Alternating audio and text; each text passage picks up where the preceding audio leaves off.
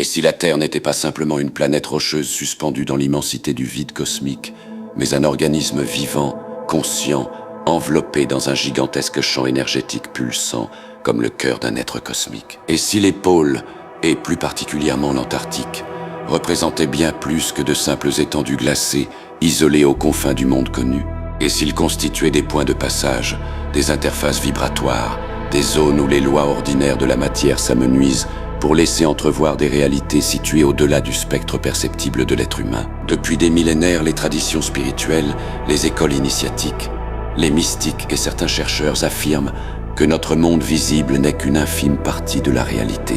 Ce que nous appelons matière ne serait qu'une condensation temporaire de l'énergie, une projection localisée au sein d'un océan multidimensionnel infiniment plus vaste. La Terre ne serait pas seulement un globe physique, mais une entité énergétique entourée d'un champ toroïdal colossal. Un système dynamique semblable à celui du cœur humain, de l'atome, de la galaxie, et peut-être même de l'univers lui-même. Aujourd'hui, nous allons explorer ensemble cette vision fascinante de la réalité.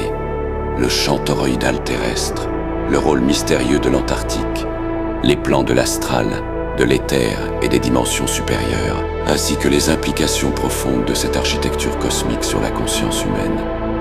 Prépare-toi à entreprendre un voyage au-delà du visible, là où science, symbolisme et spiritualité se rencontrent.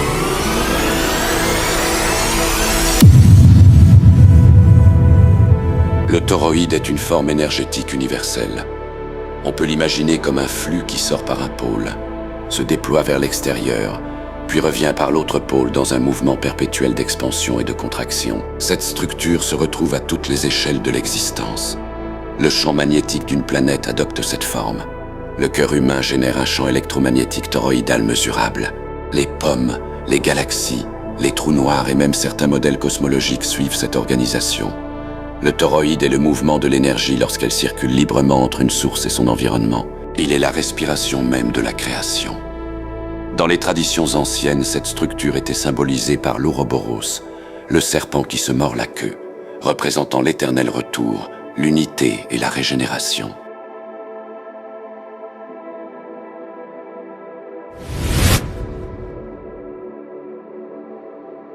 La Terre possède un noyau en mouvement, générant un champ magnétique protecteur appelé magnétosphère. Ce champ dévie les particules solaires, stabilise l'environnement biologique et contribue à maintenir les conditions nécessaires à la vie. Mais au-delà de sa fonction physique, certaines traditions considèrent ce champ comme l'aura de la Terre. Tout comme l'être humain possède un champ énergétique subtil, la planète aurait son propre corps électromagnétique, émotionnel et spirituel. La Terre devient un organisme conscient, souvent nommé Gaïa, une conscience planétaire au sein de laquelle toutes les formes de vie seraient reliées. Les anciens peuples voyaient déjà la planète comme une mer vivante, respirant à travers les océans, les forêts, les volcans et les pôles.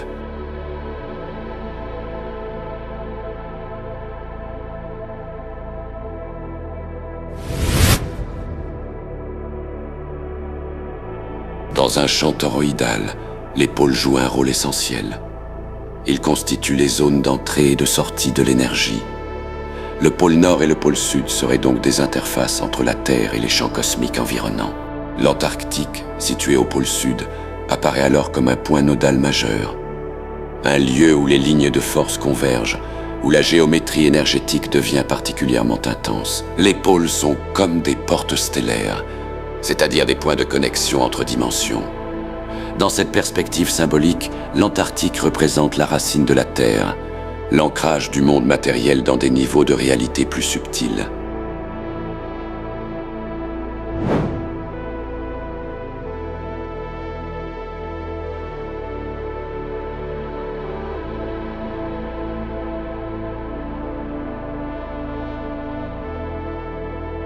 L'Antarctique est la région la plus isolée de la planète. Recouverte de kilomètres de glace, balayée par des vents extrêmes, elle demeure l'un des territoires les moins accessibles du monde. Sur le plan scientifique, elle est étudiée pour son climat, sa géologie et ses archives glaciaires. Sur le plan symbolique, elle évoque le silence absolu, l'immobilité, la mémoire enfouie. De nombreuses traditions associent la glace à la conservation du passé. comme si le continent austral gardait dans ses profondeurs des traces de cycles anciens, de civilisations oubliées et de secrets sur l'histoire de la Terre.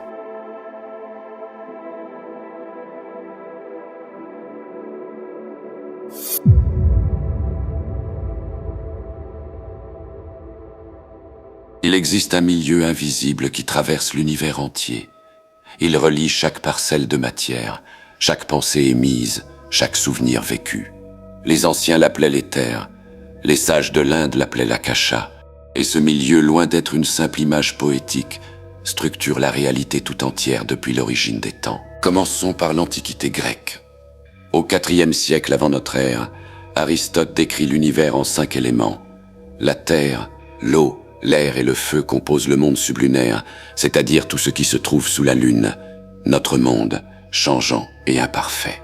Mais au-delà de la lune, dans les sphères célestes où évoluent les planètes et les étoiles, règne un 5e élément, l'éther, une substance incorruptible, immuable, animée d'un mouvement circulaire parfait. Pendant 2000 ans, cette vérité structure la pensée occidentale. Les cieux sont faits d'une matière supérieure, et cette matière porte un nom. Au XIXe siècle, la physique redécouvre cette vérité ancienne sous un jour nouveau. La lumière se comporte comme une onde, et toute onde a besoin d'un support pour se propager, comme le son a besoin de l'air. Ce support, dans le vide spatial, c'est encore l'éther luminifère, porteur de lumière, présence silencieuse qui remplit l'espace entre les astres. James Clerk Maxwell lui-même, en unifiant l'électricité et le magnétisme, s'appuie sur cette présence pour donner sens à ses équations. Mais l'éther ne se limite pas à porter la lumière.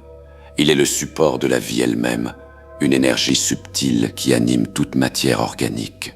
Chaque être vivant possède un corps éthérique, une enveloppe énergétique invisible qui entoure le corps physique et le relie à des dimensions de conscience plus élevées.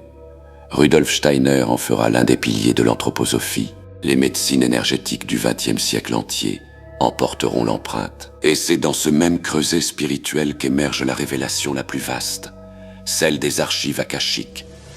Le mot akasha vient du sanskrit.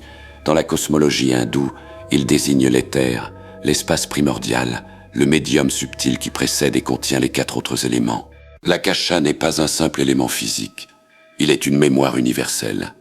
Chaque pensée émise, chaque émotion ressentie, chaque acte accompli depuis l'origine des temps s'inscrit de façon permanente dans cette substance subtile.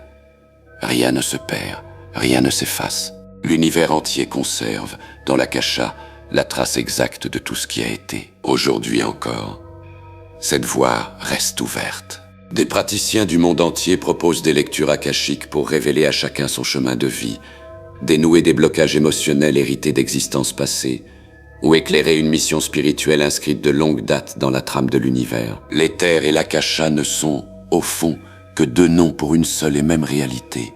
Un champ universel, invisible et omniprésent, qui porte tour à tour la lumière, l'énergie vitale et la mémoire intégrale de toute chose. Un champ que la physique contemporaine elle-même semble redécouvrir, à travers des notions comme le champ du point zéro ou le champ morphogénétique théorisé par le biologiste Rupert Sheldrake.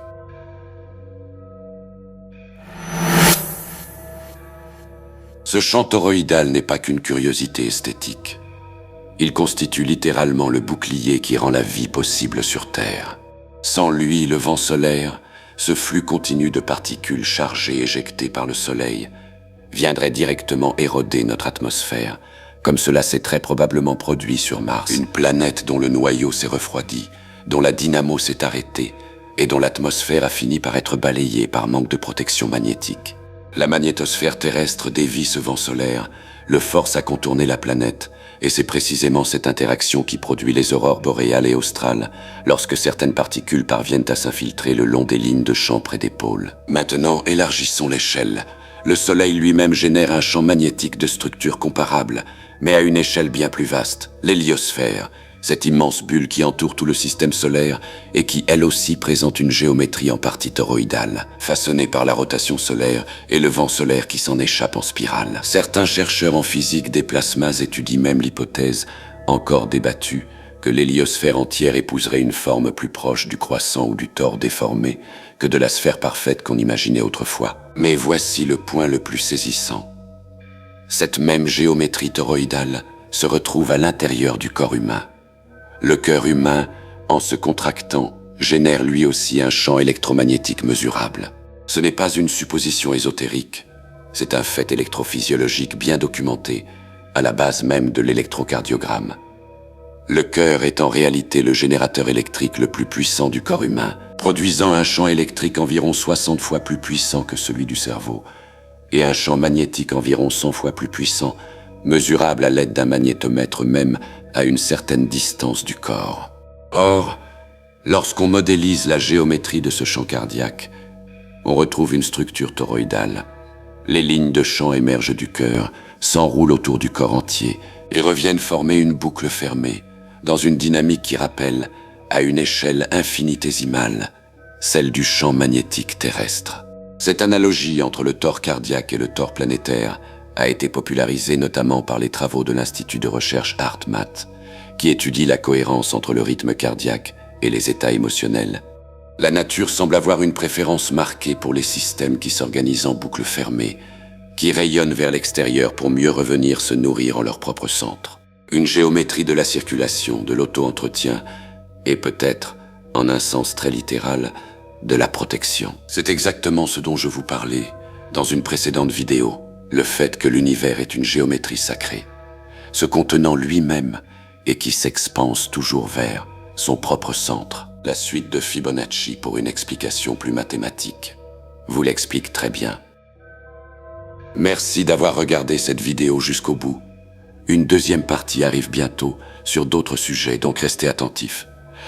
Après une pause de 3 mois, je reprends en masse les vidéos très bientôt. Il y a des milliers de sujets à aborder, donc vous n'allez pas être déçus. Si la vidéo vous a plu, n'oubliez pas de laisser un like et de vous abonner pour ne rien manquer de la suite. À très vite.